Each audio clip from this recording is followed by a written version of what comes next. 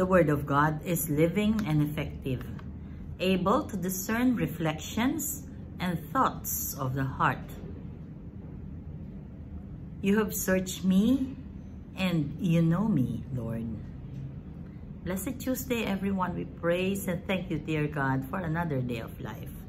We praise and thank you for the gift of love, the gift of family, of community, of belongingness, and the gift of today. Today is the memorial of the Passion of St. John the Baptist, the beheading of St. John the Baptist.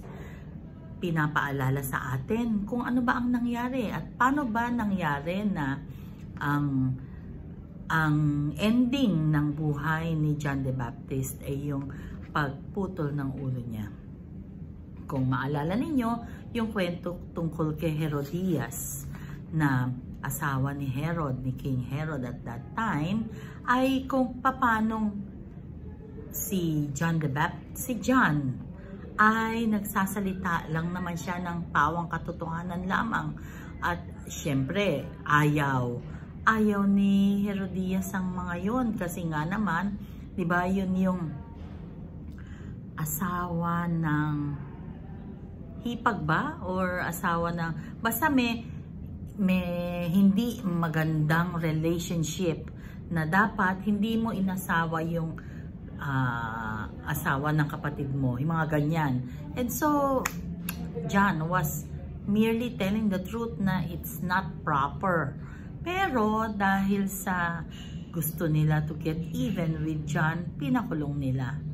And si Salome, yung anak niya, nagsayaw ng napakahusay na sayaw at inoffer na ano ba ang man ng iyong request, ibibigay ko sa iyo, sabi ni King Herod.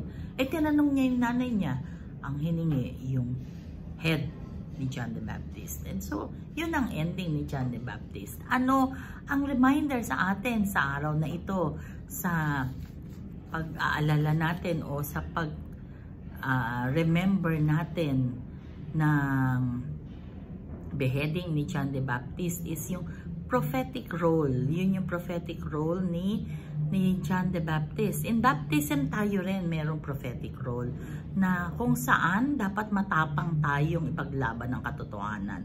Pag mali-mali, hindi porkit may lagay, yung mali, tama na. Yun ang paalala sa atin. Na kapag ka immoral, dapat kapag ka hindi tama, hindi tama.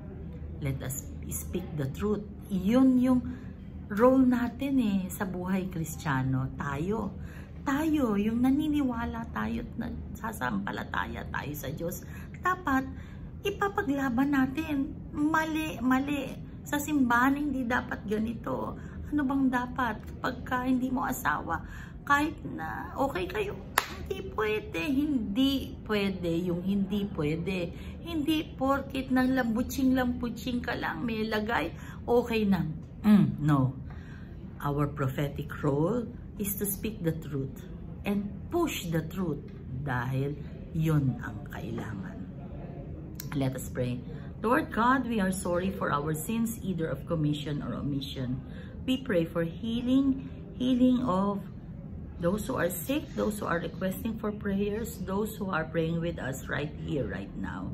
In a special way, dear God, I lift up to you my son who is in Baguio. Ikaw na po ang bahala kay Lance Matthew.